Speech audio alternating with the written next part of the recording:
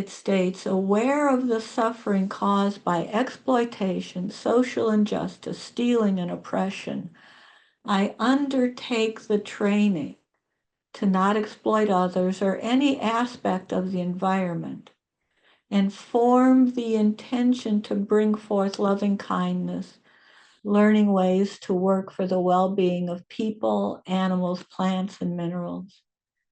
I undertake the training to practice generosity by sharing my time, energy, and material resources with those who are in real need. Now, when I reread that, and every time I read that, it can seem a bit overwhelming. That's a lot to ask of me, of us. That's a whole lot to hold. And we can do this, as Lee spoke about Monday. One way we can begin doing this is simply recognizing the generosity of nature that's all around us. Just that awareness. And in addition to this, training in the second precept also orients us to the cultivation of contentment. We can become aware of ways to replace wanting more and more with a sense of satisfaction with what we already have and with what is freely given. And the more content we become, the more generous we can also be. When we find contentment in what we already have, we free ourselves from the restlessness and agitation that often comes with wanting. And we can have more time and energy to devote ourselves to the cultivation of our practice and wholesome qualities.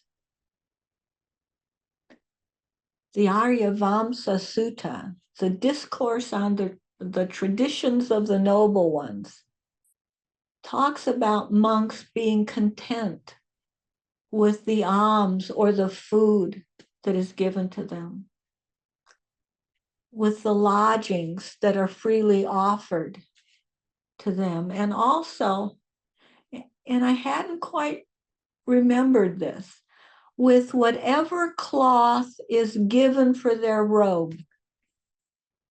It states there is a case where a monk is content with whatever cloth he gets for his robe.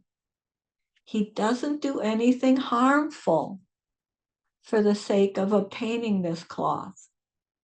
If he doesn't get any cloth, he isn't agitated. If he does get cloth, he uses it without being attached to it or infatuated with it.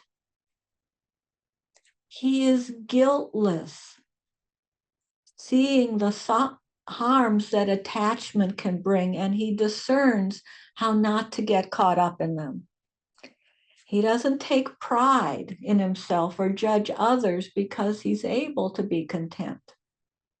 In this, he is skillful, energetic, alert, and mindful. And this last piece is really important because it says this isn't a passive process. It requires skill, effort, energy, and mindfulness. Now, this discussion of cloth robes really stood out for me this time around, the sutta. I've only recently heard the term fast fashion. Now, most of you may have already heard this or been aware of it. I'm often slow to the party, slow learner, as Bill would say. But I looked up this term and I learned about the scope of this industry that is about quickly putting out cheap, trendy clothing. And it's clothing that's designed to be worn only a few times and then thrown out as a new fashion takes its place. And this is often week to week. And I began putting together pieces of information that had just been on the periphery of my awareness. The pop-up clothing ads that constantly appear as I read news on my smartphone. And they're so tempting and they immediately activate my wanting mind. That t-shirt is so cool. It's just what I like. I'd be so cool in that, as if cool were a possibility for me. And I have to say, I put this shirt on specifically today, not because it's cool, but because it's the oldest thing in my closet and still my favorite. I think it's about 40 years old. Bless its heart. Also, I put together news pieces about the problem of landfills that are filled with just clothing and how difficult it is recycling this clothing because of all the different synthetic fibers that can't be sorted out and recycled separately. Also, news stories about the dangerous, toxic working conditions and unlivable wages, often including child and slave labor in the factories producing this clothing to make it as cheap as possible. As the scope of the harmful impact of this industry truly began to sink in, I also remembered stories I'd heard in the news over the past few years about the value of secondhand clothing stores, about individuals who voluntarily have chosen to no longer buy any new clothing, only buy secondhand, and stories about how to mend and repair still usable clothing. And to be honest, I'd mostly dismissed these stories as just fluff pieces and maybe just stories about what was trendy now. Oh, now it's cool to shop resale. Or just being too extreme. Who's going to commit themselves to never buying a new piece of new clothing? Or to mend clothing like my mother used to? Aren't we beyond that? However, as I read more about this harmful industry, and as I thought about contentment, those practices and activities made so much more sense and seemed so much more important to non-harm and to the welfare of our world. This is what the second precept is talking about. Being aware of the exploitation, inequity, and oppression involved in this industry. People who are not freely giving of their labor, but are often coerced into this labor. I can bring forth loving kindness and compassion and practice being content with all the clothes I do have, with being content, with paying more for clothing that is more sustainably produced to last longer and in factories that value the health, safety, and well-being of those who work there and of the environment. Just this one example speaks to the great benefit of practicing compassion as part of the second precept and what benefits this can bring to ourselves and our world. Indeed, the Buddha states that contentment is the greatest wealth. However, the Buddha also teaches that contentment is not necessarily an end in and of itself. Circling back to the Aryavamsa Sutta, it concludes with the Buddha going on to say, once the monk has developed contentment with these material objects, such as clothing, food, and shelter, the monk finds pleasure and delight in using this contentment to develop skillful mental qualities and abandoning unskillful mental qualities. In this, again, he is skillful, energetic, alert, and mindful. He has the energy to put in that effort.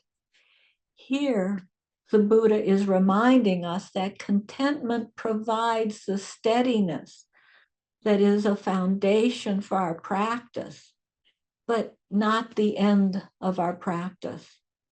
A person who is content conserving energy that's necessary to practice diligently.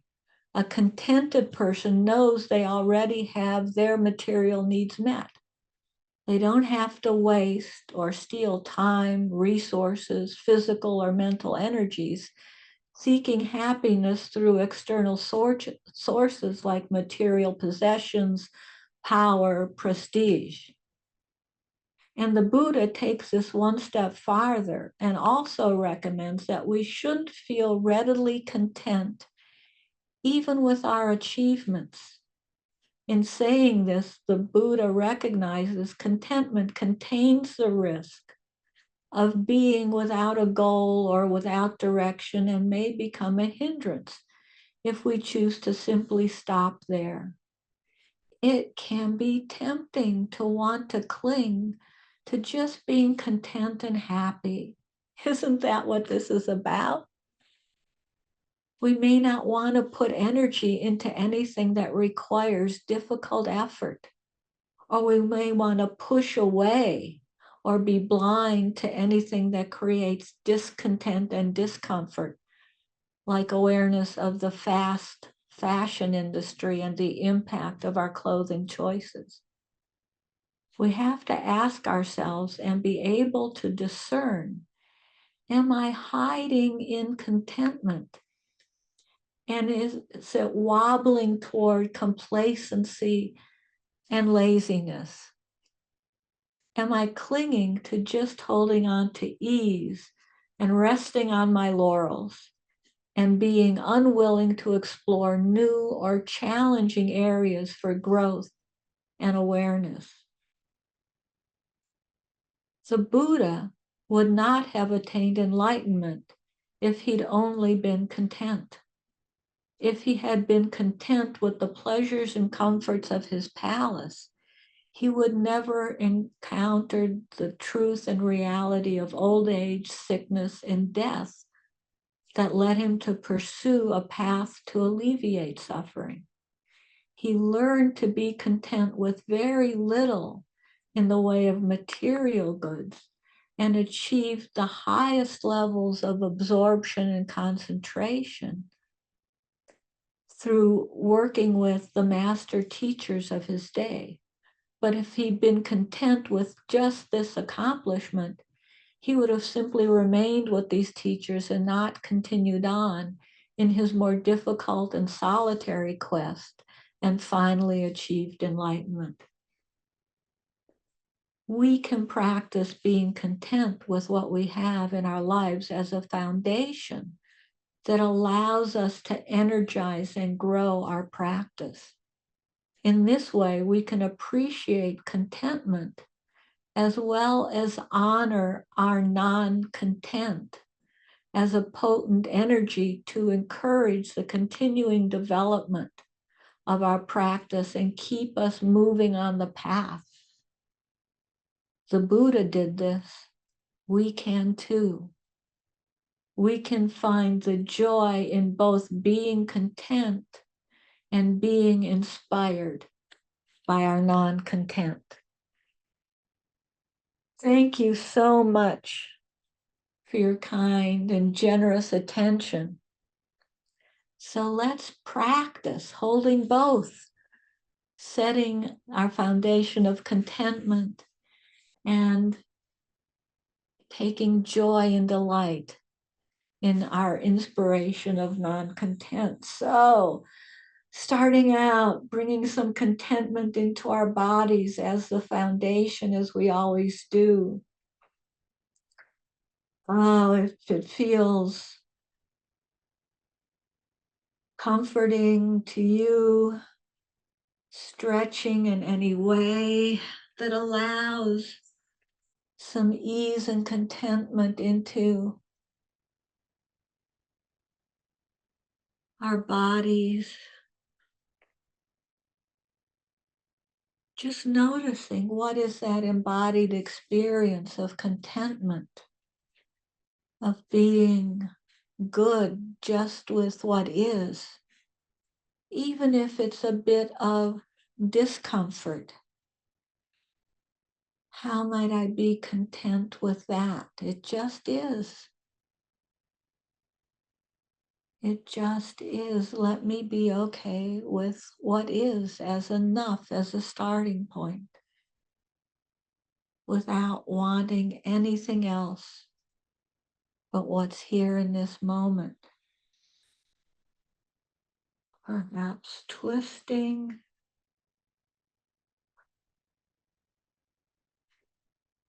moving with the breath,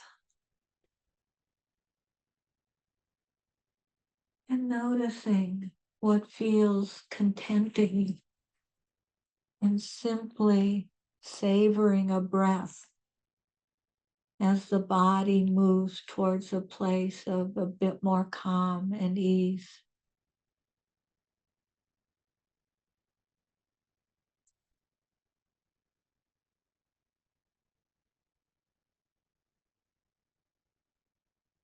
And settling in, inviting the mind and heart to join their energies as we invite awareness to turn inward, releasing the wanting of anything else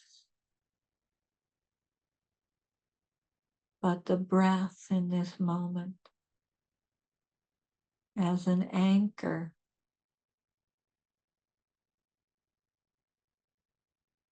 to explore this space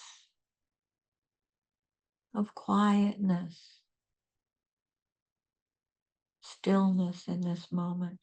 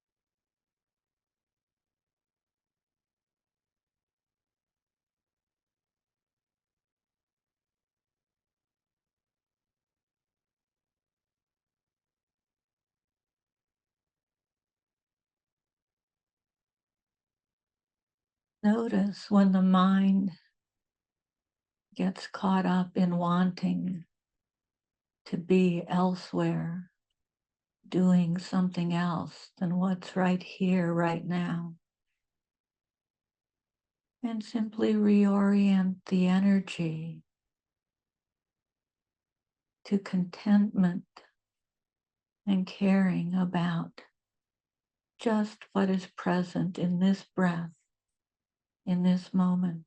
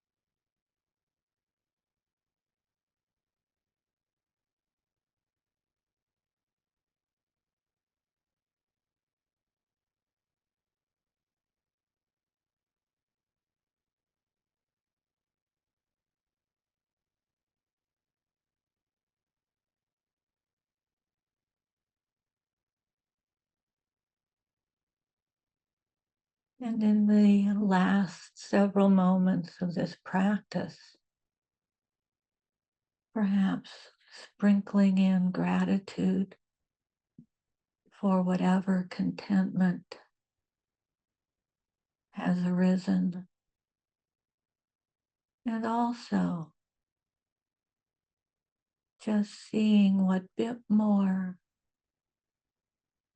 focus, ease, stillness you might experience in the final moments of this practice.